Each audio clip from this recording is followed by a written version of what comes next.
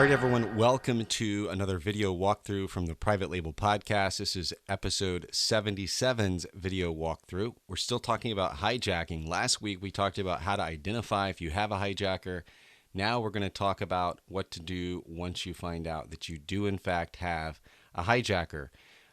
There's really two steps that I take. One is to send a cease and desist letter. If that doesn't work, then I get in touch with Amazon and or do a purchase, a buyout of my hijacked product. And I want to encourage you to go listen to episode 77 of the podcast, available at iTunes, Stitcher, or at privatelabelpodcast.com.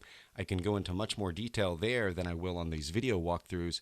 But here you see I've pulled up one of my listings, and this is kind of a fake hijacker scenario. This isn't really a hijacking because the other seller in this case is Amazon Warehouse Deals.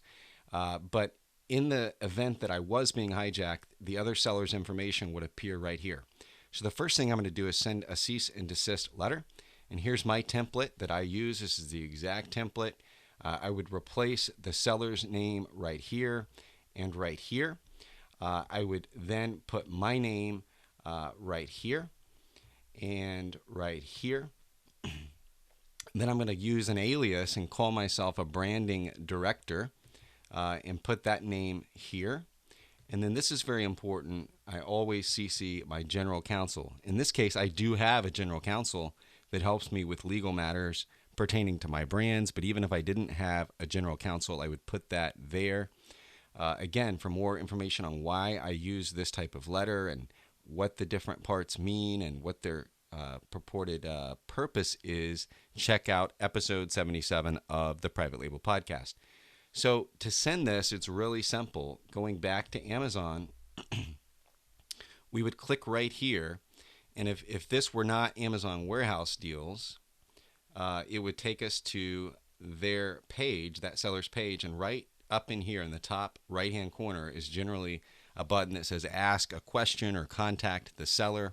Sometimes there's a phone number for customer service for that seller. In this case, I don't want to call them. I just want to send them a message. There'll then be a drop-down message where you can ask the seller a question.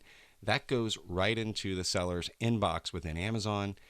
The same way that when a customer writes you a question about your product or an order, that comes to you, this question is now going to go to that seller, so they'll see my cease and desist letter. Now, if that doesn't work, that cease and desist doesn't work, then I'm going to buy out the product. And when I do that, I don't use a fake account or a secondary account. I use my seller's account, and I make it very clear to everyone that may be looking at that, whether that's the seller or that's Amazon themselves, that it's me actually buying the product. In other words, I have it shipped to my company's address, attention office of the general counsel. That way, there's nothing being hidden. You know, this shouldn't be a hidden thing. This seller is violating Amazon's terms. I want to make everyone aware of that. So sometimes what will happen is the seller will see that you have purchased the product, that it's being delivered to your general counsel's office, and they'll actually cancel the order and take down their offer. But if you ever did want to get into it with Amazon and prove that this seller was violating Amazon's terms and ask Amazon to take action, you want to make it very clear to Amazon that it was you purchasing that product, not someone else. So that's my advice on that. Again, for more information, for more information on why I do all of these things, check out episode 77 of the Private Label Podcast. All right, good luck. Happy selling.